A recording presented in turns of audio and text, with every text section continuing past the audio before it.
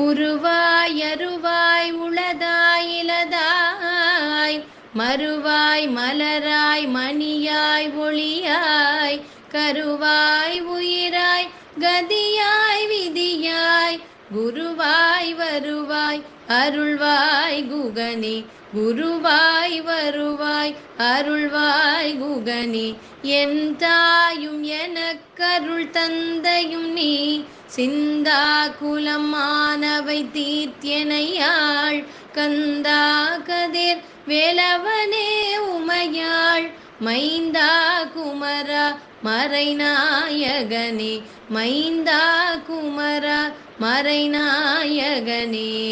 திருச்சிற்றம்பலம். இன்றைய பகுதி ஞானசம்பந்த பெருமான் அவருடைய 4வது அருள் வரலாற்றினுடைய பகுதி. சென்ற பகுதியில் 3 பகுதிகளாக அவர் சீர்காழிப்பதியில் அவதாரம் செய்தது ஞானசம்பந்த பெருமான். அதன் பிறகு பல சிவஸ்தலங்களுக்கும் அவருடைய தந்தையாகிய சிவபாத இருதயருடைய பிஞ்சு கால்கள் உடையவர் அல்லவா, 3 வயது உடையவர் ஞானசம்பந்த பிள்ளை.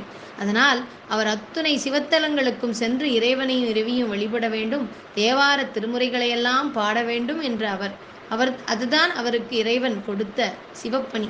அந்த பணியை அவர் மேற்கொள்வதற்கு அவருடைய தந்தையார் தன்னுடைய அந்த ஞான பிள்ளையை தோளின் மீது வைத்து அத்துணை தலங்களுக்கும் இட்டு செல்வாராம். அப்படி ஞானசம்பந்தர் பிஞ்சு கைகளால் இறைவனுக்கு தாளம் போட்டு தேவார திருமுறைகள் பாட, அதை பார்த்து இறைவன் இன்னும் நிறைய தேவார திருமுறைகளை இந்த பிள்ளையின் வாயிலாக நாம் கேட்க வேண்டுமே, அதற்குள் இவனுடைய பிஞ்சு கைகள் வாடிவிட்டால் என்ன செய்வது என்று அவருக்கு பொற்றாளம் கொடுத்தார். திருக்கோலக்கா தலத்தில் தாய் என்ன செய்வாள்? தந்தை பொற்றாளம் கொடுத்தாள். தாயானவள் இன்னும் கருணை உடையவள் அல்லவா, அதனால் அவள் அது பொன்னால் ஆகிய தாளம் என்பதனால் அதில் ஓசை இருக்காது. அதனால் இறைவி அதற்கு ஓசை கொடுக்கின்றாள். அங்கே ஓசை கொடுத்த நாயகியாக அம்பிகை வீற்றிருக்கின்றாள். அடுத்தது கைகளுக்கு இறைவன் பரிசு அளித்து விட்டான். அடுத்தது பிஞ்சு கால்கள். எத்தனை கோயில்களுக்குத்தான் சிவபாத இருதயரும் மற்ற அடியவர்களும் நடையாக நடந்து அவரையும் தன்னுடைய தோளின் மீது வைத்து கொண்டே செல்ல முடியும். மற்றையவர்கள் பெரியவர்கள், ஞானசம்பந்தர் வயதினால் அவருடைய உடலினால் சிறியவர் என்பதனால் அவருக்கு முத்து சிவிகை, ஊது முத்து சின்னம், முத்து வெண்கொடை இவற்றையெல்லாம் அடுத்ததாக இறைவன் திருநெல்வாயில் அறத்துறை என்ற அந்த தலத்தில் இறைவன் ஞானசம்பந்த பிள்ளைக்கு அருளுகின்றார். அதன் பிறகு இன்றைய நம்முடைய வரலாற்றில் நாம் சிந்திக்க இருப்பது ஞானசம்பந்தருடைய உபநயன சடங்கு. ஞானசம்பந்தர் திருக்கோயில்களுக்கெல்லாம் சென்றுவிட்டு சீர்காழிப்பதிக்கு வருகின்றார். அங்கே ஞானசம்பந்தருடைய கண்களில் ஆனந்த கண்ணீர் சொரிகின்றது. தன்னுடைய திருக்கை விரலினாலேயே தம்முன் காட்சி அளிக்கும் அந்த தோணியப்பர் பெருமானை எல்லாம் பார்த்து அவருக்கு, ஏனென்றால் பல தலங்களுக்கும் சென்று மீண்டும் தன்னுடைய அவதார தலமாகிய சீர்காழிப்பதிக்கு வருகின்றாரல்ல, அதனால் ஆனந்த கண்ணீர் மல்க அங்கே வீற்றிருக்கும் தோணியப்பரையும் பெரிய நாயகியும் தரிசிக்கின்றார். உலகம் கடந்த சிவஞானம் கைவரப்பெற்ற பிள்ளையார். அவருக்கு உபநயன பருவம் வந்தது. மறையவர்கள் எல்லாம் அவருக்கு உபநயன சடங்கினை செய்தார்கள். பிள்ளையார் மான்தோலுடன் முப்புரி நூலையும் பூநூலையும் தரித்து கொள்கின்றார்.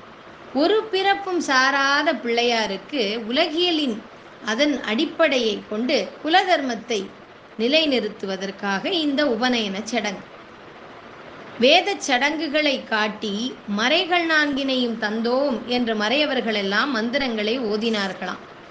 பிள்ளையார் அவர்கள் எதிரே நின்று எண்ணிறந்த புனித வேதங்களையும் அவற்றின் அங்கமாகிய கலைகளையும் ஓதி அருளினாராம் ஞானசம்பந்தர். அதை கண்டு மறையவர்களெல்லாம் அதிசயித்து போனார்களாம். உடனே ஞான பிள்ளையார் தங்கள் கண்முன் நிற்கும் தியான பொருளாக அவர்களுக்கு காட்சியளித்தாராம். 1000 சூரியர்கள் உதித்தால் அங்கே எப்படி ஒரு பொலிவு, ஒரு பேரொளி பிளம்பு அங்கே இருப்பது போன்ற ஒரு காட்சி அங்கே கிடைக்க பெற்றதாம் அந்த மறையவர்களுக்கு. அப்படி ஒரு தேஜஸ் என்று சொல்லுவோமே, அப்படி ஒரு பொலிவோடு திகழ்ந்தாராம் ஞானசம்பந்த பிள்ளை. அதன் பிறகு வைதீக நற்சடங்குகளில் எல்லாம் நிறைவு செய்துவிட்டு மறையவர்கள் எல்லாம் ஞானசம்பந்தரிடம் தன்னுடைய ஐயங்களை கேட்டு தெளிவுற்றார்களாம். அதற்கு ஞானசம்பந்த பெருமான் அவர்களுக்கு எல்லா மந்திரங்களுக்கும் மூல மந்திரமாக இருப்பது நமச்சிவாய திருவைந்தெழுத்து என்று சொல்லி அவர்களுக்கு துஞ்சலும் துஞ்சல் இல்லாத என்ற அந்த பஞ்சாக்கர திருப்பதிகத்தை பாடினார் நம்முடைய ஞானசம்பந்த பெருமான். அங்கிருந்து அவர் அடுத்த சிலவு, அதாவது கோயில்களுக்கெல்லாம் புறப்பாடு செய்வதற்கு முன்னர் அங்கே ஒரு சந்திப்பு ஏற்படுகின்றது. அதுதான் திருநாவுக்கரசு பெருமானுடைய சந்திப்பு. திருஞான சம்பந்த பெருமானுடைய மகிமையை நாவுக்கரசர் கேள்விப்பட்டு இவரை வணங்குவதற்காக அவர் சீர்காழிக்கு பதிக்கு வருகின்றார். அவர் வருவதை அறிந்து கொண்ட ஞானசம்பந்தர் மற்ற அடியார்கள் கூட்டத்தோடு அவரை சென்று வரவேற்கின்றாராம். அவரை வரவேற்று தம்முடைய இல்லத்திற்கு அழைத்து வந்து திரு அமுது செய்வித்து இருவரும் ஒரு பக்தி கலந்த அன்போடு அவர்கள் இறைவனை தங்களுடைய அந்த வாக்கிலே தேவார பதிகத்தின் வாயிலாக திருக்கோயிலுக்கு சென்று வழிபடுவதின் வாயிலாக இவர்கள் இருவரும் சேர்ந்தே காதலாகிய பக்தி செய்கின்றார்களாம் ஞானசம்பந்தரும் நாவுக்கரசர். பிறகு சில நாட்கள் தங்கிவிட்டு நாவுக்கரசர் அவர் இவரிடம் பிரியாவிடை பெற்று செல்கின்றார். சீர்காழிப்பதியில் மட்டும் ஞானசம்பந்த பெருமான் பாடிய திருப்பதிகங்களின் எண்ணிக்கை 67. அப்படி அவர் பாடிய பதிகங்களில் உள்ள தமிழ் நடை சிறப்பு என்னவென்றால், செந்தமிழ் மாலை விகற்பங்களான திருமொழி மாற்று, திருமாலை மாற்று, வழிமொழி திருவிய மகம், திரியேக பாதம், திருவிருக்கு குரல், திருஎழு கூற்றிருக்கை, திருவீரடி, திருவேரடி மேல் வைப்பு, நாலடி மேல் வைப்பு, திருவிராகம், திருச்சக்கர மாற்று முதலிய திருப்பதிகங்களை எல்லாம் மூல இலக்கியமாக எல்லா பொருட்களோடும் முற்றும் காணுமாறு சீர்காழிநாதரை பாடினார். இந்த பதிகங்களில் இல்லாத தமிழ் சுவையும் இல்லை, தமிழ் இலக்கணமும் இல்லை, சிவ ஞானமும் இல்லை என்பதாக அத்துணை பதிகங்களையும் பாடி அருளுகின்றார் நம்முடைய ஞானசம்பந்த பெருமான். இவரோடு திருநீலகண்ட யாழ்ப்பாணர் பாணர் மரபில் வந்தவரும் அவரும் இவரோடு அத்துணை தலங்களுக்கும் செல்லுகின்றார். சிவபாத இருதயரும் இவரோடு செல்லுகின்றார்கள். இப்படி ஞானசம்பந்த பெருமான் சீர்காழிப்பதியிலிருந்து இத்துணை பதிகங்களையும் பாடி அருளிய பின்னர் பேராவல் கொள்கின்றாராம். தமிழ்நாட்டில் உள்ள சிவத்தலங்களுக்கு எல்லாம் சென்று அங்கே சென்று திருப்பதிகங்களை பாடி துதிக்க வேண்டும் இறைவனை என்று சொல்லுகின்றார். அதனால் இவர்களெல்லாம் இவர்களுடைய தந்தையார் திருநீலகண்ட யாழ்ப்பாணர், அவருடைய மனைவியாகிய மதங்க சூளாமணியார் இவர்களெல்லாம் உடன் வர மற்றைய அடியார்களும் சிலர் இவரோடைய பயணிக்கின்றார்கள். மற்றையவர்கள் சீர்காழிக்கு திரும்புகின்றார்கள். இவ்வாறு இவருடைய சிவச்செலவு மீண்டும் தொடங்குகின்றது ஞானசம்பந்த பெருமானுடையது. அப்படி அவர் செல்லுகின்ற தலங்கள் எல்லாம் திருக்கண்ணனார் கோயில், திருமழப்பண்ணி படிக்கரை, திருக்குறுக்கை பதி, திரு அன்னையூர், திருப்பத்தனை நல்லூர், திருமணஞ்சேரி, திருவெதிர்கொள்பாடி, திருமாந்துறை, திருமங்கலக்குடி, திருவியலூர், திருந்து தேவன்குடி, திரு இன்னம்பர், வடக்குரங்காடுதுறை, திருப்பழனம், திருவையாறு, திருநெய்தானம், திருமளவாடி, திருக்கானூர், திரு அன்பில்லாத்துறை, வடகரைமான்துறை இத்துணை திருப்பதிகங்களுக்கும் சென்றுவிட்டு திருப்பாசிலாசிரமம் என்னும் தலத்திற்கு வருகின்றார் ஞானசம்பந்த பெருமான். இந்த தலங்களில் எந்தெந்த தலங்கள் எங்கே இருக்கின்றது என்பதை பற்றிய சில குறிப்புகள். திருப்புள்ளிருக்கு வேலூர் என்பதுதான் நம்முடைய இக்கால வழக்கில் நாம் வழங்கப்பெறும் வைத்தீஸ்வரன் கோயில். திருப்பழமன்னி படிக்கரை என்பது காவிரி நதியின் கிளை நதியான மன்னியாற்றுக்கரை, அதனால்தான் அது திருப்பழமன்னி படிக்கரை. இந்த ஊர் இப்பொழுது இலுப்பைப்பட்டி என்று வழங்கப்படுகின்றது. இந்த மன்னியாறு அந்த கரையில் உள்ள ஊர் இந்த திருப்பழமன்னி படிக்கரை என்று சொல்லும் பொழுது ஒரு செய்தி. சென்ற வரலாற்றில் நம்ம சென்ற பகுதியில் நாம் திருநெல்வாயில் அறத்துறை என்ற தலத்தில் இறைவன் இவருக்கு முத்து சின்னம், முத்துக்கொடை ஆகியவற்றை எல்லாம் முத்து சிவிகை வழங்கியமையை நாம் சிந்தித்தோம். அந்த தலத்தில் உள்ள தீர்த்தத்தின் பெயர் நீவா நதி என்று சொல்லப்பட்டிருந்தது. நீவா நதி என்பது அங்கே சப்த ரிஷிகளும் வந்து இறைவனை பூஜித்து தியானித்தார்களாம். அப்பொழுது பூசனைக்கு வேண்டி தீர்த்தம் வேண்ட அவர்கள் நீவா என்று அழைத்தார்களாம். அதனால் வந்தமைந்த அந்த புண்ணிய தீர்த்தமாம். அதனால் அதற்கு நீவா நதி என்று. இன்றும் அந்த திருநெல்வாயில் அறத்துறையில் 7 துறைகள் இருக்கின்றன, தீர்த்தங்கள் இருக்கின்றனவாம். அப்படி சிறப்பு பொருந்தியது நம்முடைய தேசத்தில் உள்ள தலங்கள், அந்த தீர்த்தங்கள், அங்கே வீற்றிருக்கும் மூர்த்தி, அந்த மூர்த்திக்கு பின்னால் இருக்கும் ஒரு மூர்த்தம். மூர்த்தி என்பது ஒரு உண்மையை, ஒரு ஒரு பேராண்மையை, ஆற்றலை, சக்தியை விளக்க இருக்கும் ஒரு வடிவம்தான் மூர்த்தி. அப்படி ஒவ்வொரு தலத்திற்கு பின்னாலும் ஒரு தாற்பயம் இருக்கின்றது. அப்படித்தான் நாம் இப்பொழுது பார்க்க இருக்கும் தலம் திருப்பாசிலாசிரமம். இங்கே ஒரு அருட்செயலை நிகழ்த்துகின்றார் ஞானசம்பந்தர் இறைவனுடைய அந்த திருவருளினார். அதற்கு முன்னர் ஞானசம்பந்த பெருமான் இந்த இத்துணை தமிழில் சிறப்பு வாய்ந்த திருப்பதிகங்களை பாடினார் அல்லவா? அந்த வகையில் அவர் பாடி அருளி செய்த திரு எழுக்கூற்றிருக்கை. இந்த திருப்பதிகமானது திரு எழுக்கூற்றிருக்கை என்பது ஒரு வகை சிற்றிலக்கிய வகை. இதில் 7 என்பது எண்களை குறிக்கின்றது. எண்கள் இந்த செய்யுள் வடிவில் இடம்பெறும். அந்த எண்கள் அந்த எண் குறிப்பிடும் அந்த வகை பொருட்களாகவும் இருக்கலாம், இல்லை அது ஒரு பொருளையும் உணர்த்தலாம்.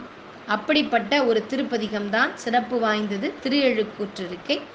இந்த பதிகத்தை நாம் 1-2 பாடல்களாக நிறைவு செய்ய முடியாது, முழு பதிகத்தையும் பாட வேண்டும். ஆகையினால் அனைவரும் பொறுத்தருள வேண்டும். இந்த பதிகத்தை பாடிவிட்டு திருப்பாசிலாசிரமத்தில் அவர் செய்த அருட்செயலை சிந்திப்போமாக. திருச்சிற்றம்பலம். இந்த பதிகத்தின் ஓதினால் திருஞான சம்பந்த பெருமானுடைய அத்துணை பதிகங்களையும் ஓதிய பயன் நமக்கு கிடைக்கும். பயன் என்றால் சிவஞானம் கைவரப்பெறுவதுதான் இந்த தேவார பதிகங்களை நாம் ஓதுவதனால் நமக்கு கிடைக்கப்பெறும் பயனாக இருக்கும். அப்படி இருக்கையில் சிவஞான தத்துவங்கள் அனைத்தும் இந்த பதிகத்தில் ஞானசம்பந்தர் அவர் விளக்கி அமைந்திருக்கின்றார். திருச்சிற்றம்பலம். ஓருருவாயினை மானாங்காரத்து ஈரியல்பாய் ஒரு விண்முதல் பூதலம் ஒன்றிய 2 சூடர் உம்பர்கள் பீரவும் படைத்தளித்தழிப்பமும் மூர்த்திகள் ஆயினை இருவரோடொருவன் ஆகி நின்றனை ஓரால் நீழல் ஒன்கழல் 2 முப்பொழுதேத்திய 4 ஒளி நெறி காட்டினை நாட்ட 3ஆக கோட்டினை 2 நதியரவமோடு 1 மதி சூடினை 1 தாளீரையின் மூவிலை சூலம் 4 மான்மதி 5 அலையரவம் ஏந்தினை காய்ந்த 4 மும்மதத்து 2 கோட்டோரு கரி ஈடழி தூரித்தனை 1 தனு 2 கால் வளைய வாங்கி முப்புறத்தோடு நானிலம் மஞ்ச கொன்றே தலத்துரு அவுணரையறுத்தனை 5 நாளாம் அந்த கரணம் முகுணம் 2 வலி ஒருங்கியவானோர் ஏத்த நின்றனை ஒருங்கிய மனதோடு 2 பிறப்போர்ந்து முப்பொழுது குறை முடித்து 4 மறை ஓதி 5 வகை வேள்வி அமைத்து ஆரங்கம் முதல் எழுத்தோதி வரன்முறை பயின்றெழு வாந்தனை வளர்க்கும் பிரமபூரம் பேணினை அறுபதும் முரலும் வேணுபுறம் விரும்பினை இகலியமைந்துணர் புகலியமர்ந்தனை பொங்கு நாள் கடல் சூழ் வெங்குரு விளங்கினை பாணி மூவுலகும் புதையமேல் மீதந்த தோணிபுரத்துறைந்தனை தொலையாயிரு நதி வாய்ந்த பூந்தராயேந்தனை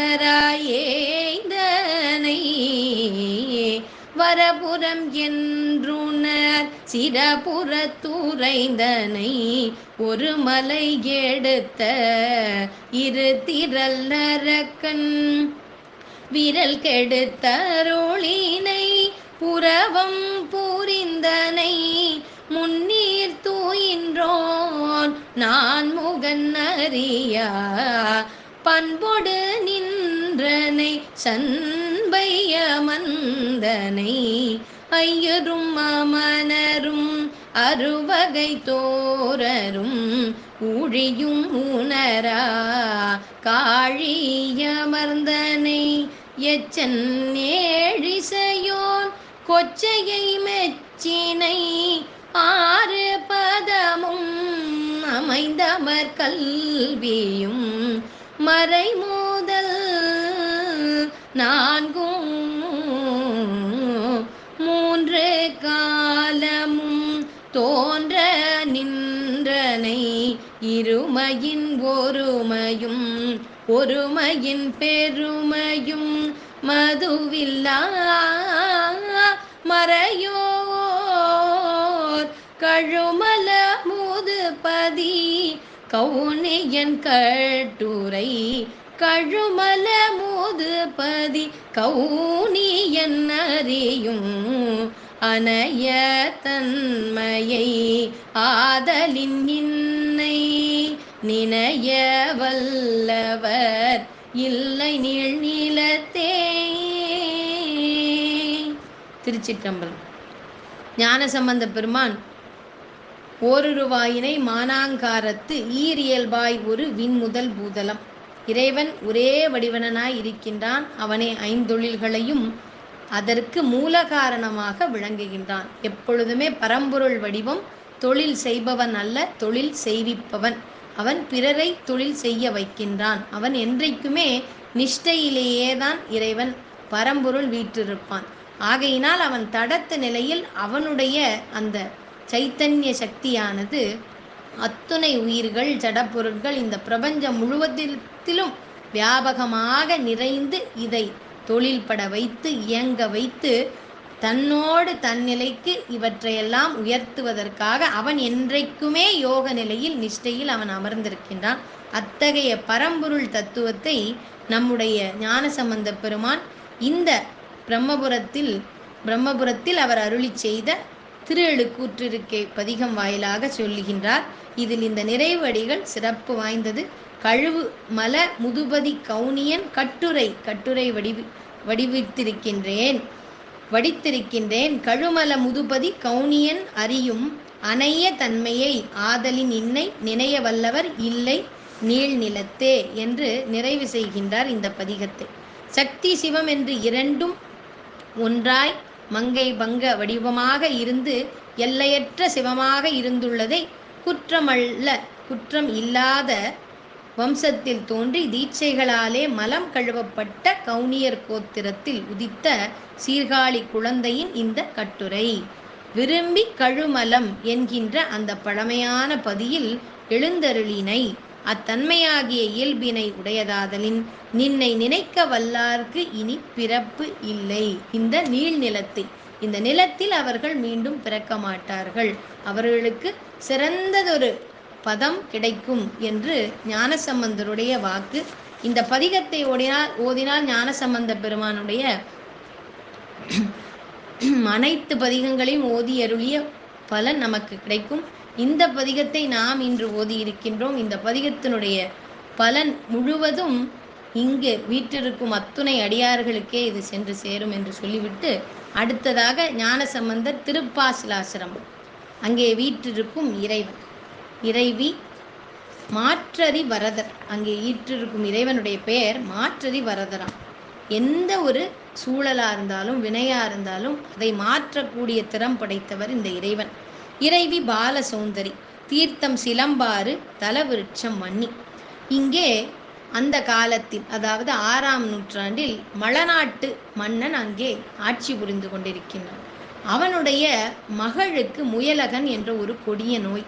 அந்த நோய் பீடிக்கப்பட்டமையால் அந்த பெண்ணானவள் உணர்வற்று கிடந்தாள். மிகுந்த நலிவுக்கு உள்ளானாள். அவளுக்கு அத்துணை வைத்திய முறைகளை செய்தும் எந்த பலனும் இல்லை. அதனால் எல்லாவற்றிற்கும் எல்லாருக்கும் கதியாக நமக்கு இருப்பது இறைவன் ஒருவன் தான். அதனால் அந்த இறைவனுடைய திருச்சந்நிதியில் கொண்டு தன் மகளை கிடத்துகின்றாராம். அப்பொழுது ஞானசம்பந்த பெருமான் சீர்காழிப்பதியிலிருந்து அவர் எல்லா தலங்களுக்கும் யாத்திரை புறப்பட்டார் அல்லவா, அப்படி அவர் வருகின்றார் என்ற செய்தி கேட்டவுடன் மன்னன் அவரை நேரே சென்று அவரை வரவேற்று உபசரித்து அவரை இங்கே அழைத்து வருகின்றான். உடனே ஞானசம்பந்த பெருமான் அங்கே கிடக்கும் அந்த மங்கையை பார்க்கின்றார். அவர் ஒரு பதிகம் பாடுகின்றார். இந்த நோய் அப்படி ஒரு கொடிய நோயாம். அந்த நோயிலிருந்து இவளை மீட்டு கொண்டு வர இறைவனிடம் கேட்கின்றார். ஒவ்வொரு பாடலின் அடியிலும் இப்படிப்பட்ட துன்பங்கள் எல்லாம் இருக்கின்றதே, இதெல்லாம் உனக்கு சார்பா, அதாவது இதையெல்லாம் பார்த்து கொண்டு நீ இருக்கிறாயா, இது உன்னுடைய தன்மையா, இது உன்னுடைய மாண்பா, அல்லவே அப்படி அல்ல இல்லையா என்று கேட்பது போல ஞானசம்பந்தர் இறைவனிடம் கேட்டு அவர் இந்த பதிகம் பாடியவுடன் அந்த பெண்ணிற்கு இந்த கொடிய நோயிலிருந்து அவள் மீண்டு வருகின்றாள், உயிர்ப்புடன் வருகின்றாள். எல்லார் போல அவளும் இயல்பான ஒரு சிறந்த ஒரு நல்லதொரு வாழ்க்கையை வாழ்கின்றாள். இது எல்லாம் நமக்கு கிடைத்த வரலாறு.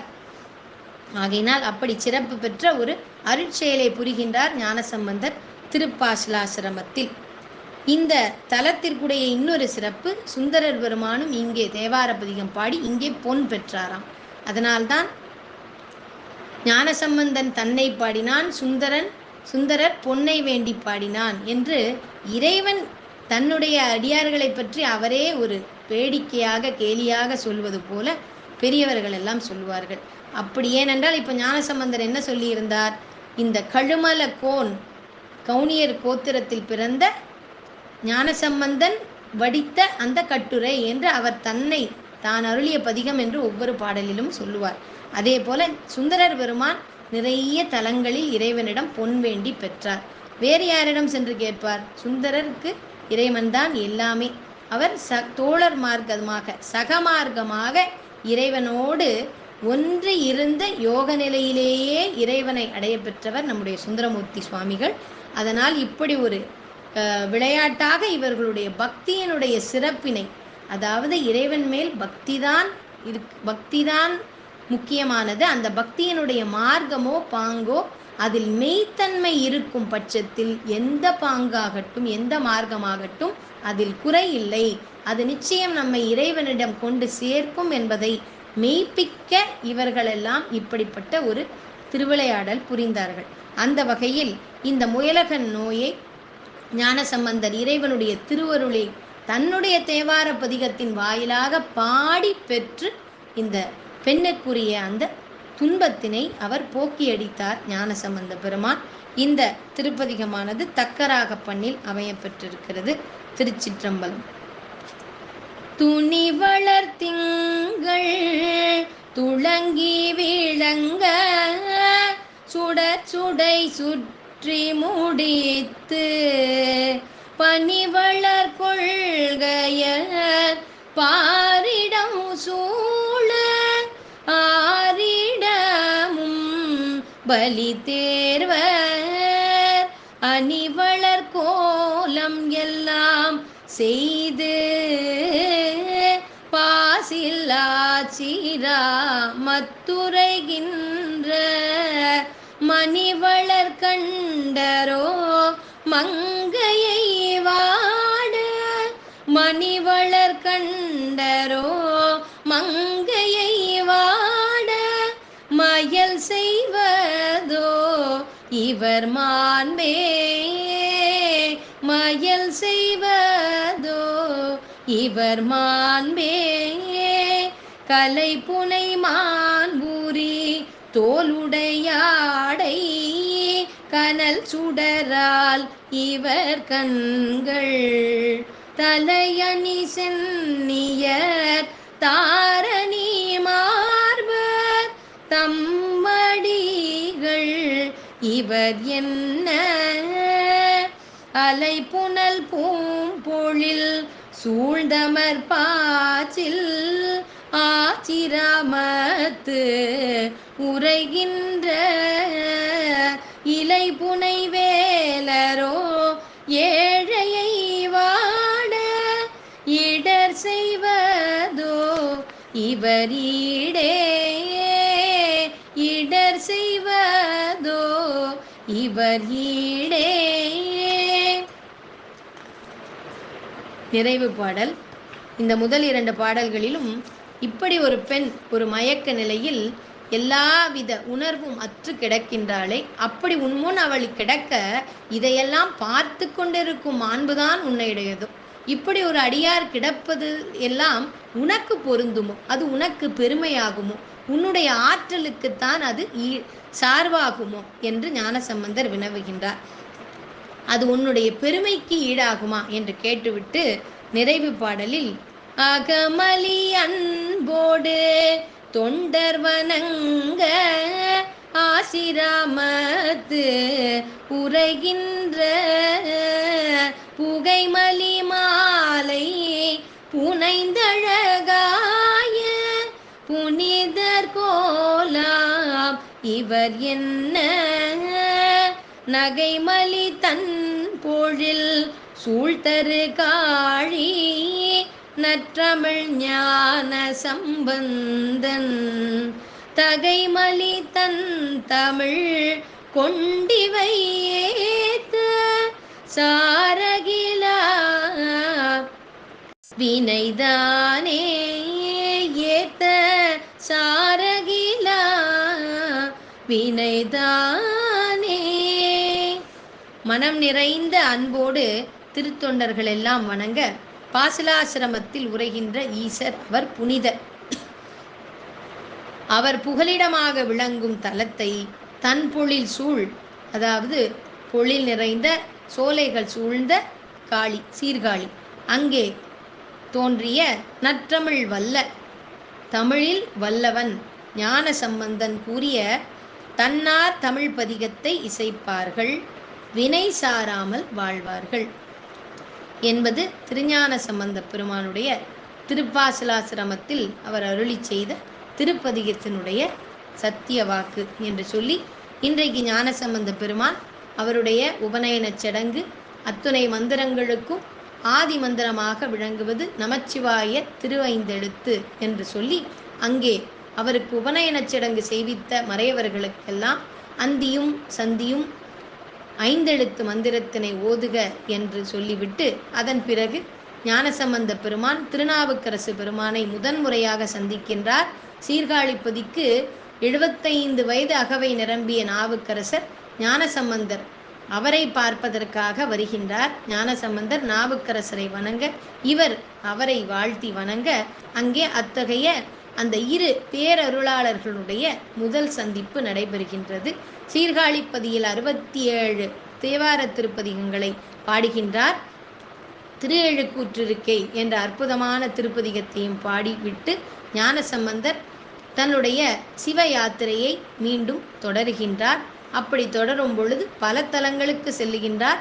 நாம் இன்றைக்கு முயலகன் என்ற கொடிய நோயை அவர் தீர்த்த திருப்பதிகம் பாடி இறைவனுடைய திருவருளினால் அதை தீர்த்த அந்த திருப்பாசிலாசிரம், அங்கே மாற்றறி வரதர், அந்த இறைவனுடைய தரிசனத்தையும் பெற்றுக்கொண்டோம்.